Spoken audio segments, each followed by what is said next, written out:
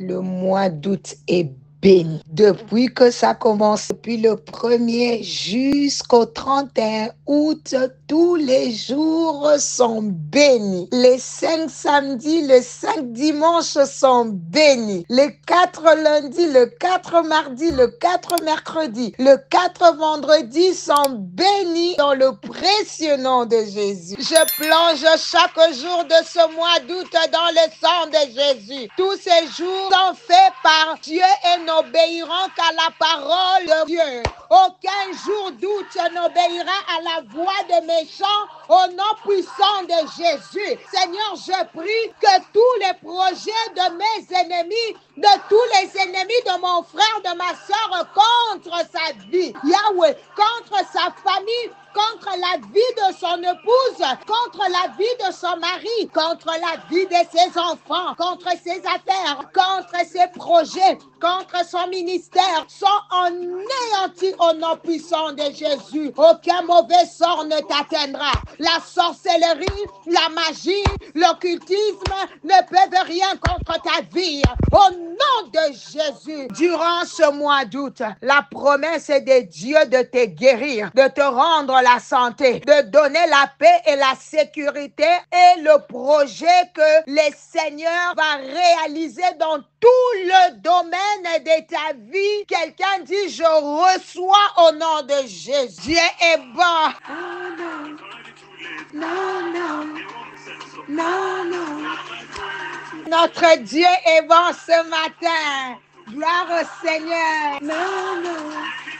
Bien-aimé, nous continuons avec la puissance de la parole. Bien-aimé, laisse-moi te dire qu'il y a le pouvoir caché de tes paroles. Quelqu'un va dire après moi, je veux me libérer et transformer ma vie dans le nom de Jésus. Bien-aimé, ce n'est pas pour rien que je suis en train d'insister sur ces sujets. As-tu déjà eu l'impression que ta vie n'avance pas? Comme si quelque chose t'est bloqué, t'empêchait de t'épanouir, de réussir, de te sentir libre. Parfois, ce sont ni les circonstances, ni les autres, ni même les diables qui nous retiennent. Ce sont nos propres paroles. La Bible nous enseigne dans Proverbe 18-21. C'est un verset que je ne cesse de répéter, que la mort et la vie sont au pouvoir de la langue. Ce n'est pas qu'une belle phrase biblique, c'est une loi spirituelle. Tes paroles façonnent ton monde.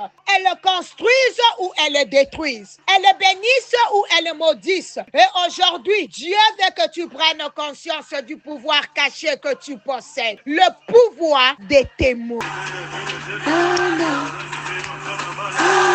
Ce que tu dis construit ton futur. Bien-aimé, chaque mot que tu prononces est une sémence que tu sèmes dans ton avenir. Imagine une personne chaque jour dit, je suis fatigué de cette vie. Je n'irai jamais loin. Je n'y arriverai jamais. Je suis toujours seul. Ou encore, de toute façon, rien ne marche pour moi. Bien-aimé, ces paroles deviennent des chaînes invisibles. Elles attirent la tristesse, la stagnation et même l'échec sans se rendre compte. Cette personne est en train de bloquer sa propre destinée. Même une autre personne, chaque matin, elle déclare, je suis bénie. Dieu est avec moi. Je suis plus que vainqueur. Ce jour est une opportunité pour moi. Cette personne, même dans l'épreuve, avance avec foi. Elle attire la paix, la force et l'espérance. Ce n'est pas de la magie. C'est un principe divin. Pense à un enfant. Si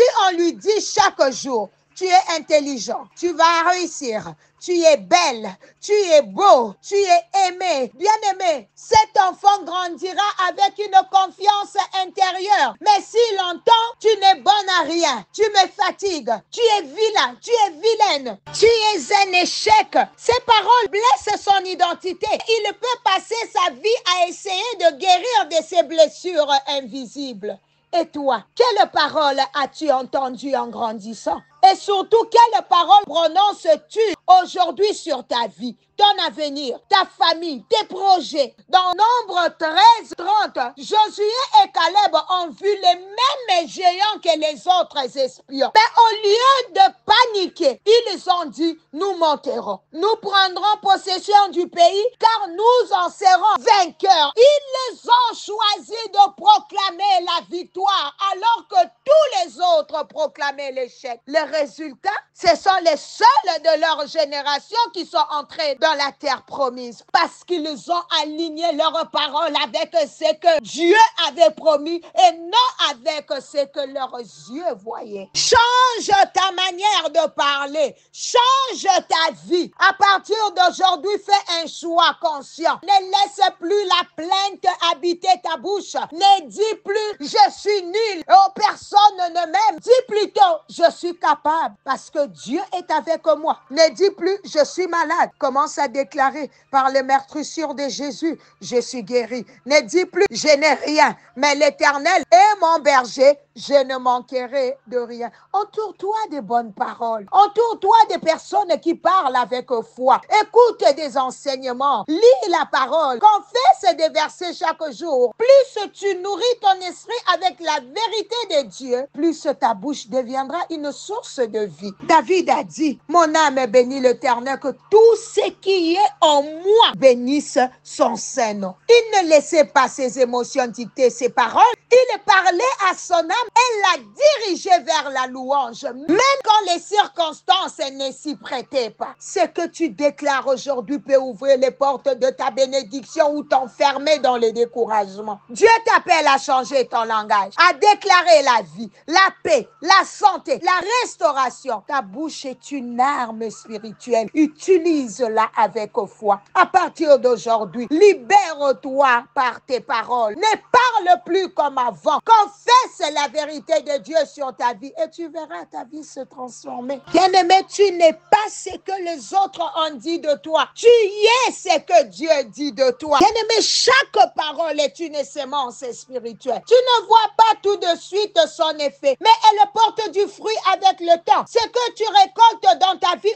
aujourd'hui est souvent le fruit de ce que tu as dit hier. Bien-aimé, Dieu a des projets de paix et non de malheur pour toi. Ces promesses doivent être activées par la foi et par tes paroles. Tu peux avoir une grande destinée, mais si tu passes ton temps à dire ce n'est pas pour moi, j'ai trop de blocages, alors tu annules ce que Dieu veut faire. Zacharie doute et dit des paroles d'incrédulité devant l'ange. C'était quoi le résultat? Il devient muet jusqu'à la naissance de Jean-Baptiste parce que ses paroles pouvaient retarder le plan de Dieu. Les paroles influencent le monde de ténèbres. Ce que tu dis est entendu dans le monde invisible. Les ciels écoutent, l'enfer aussi. Quand tu proclames la vie, les anges sont activés. Mais quand tu proclames la peur ou la malédiction, tu donnes une porte d'entrée au ténèbres. Le diable ne peut pas lire tes pensées, mais il agit souvent à partir de ce que tu dis. Si tu passes ton temps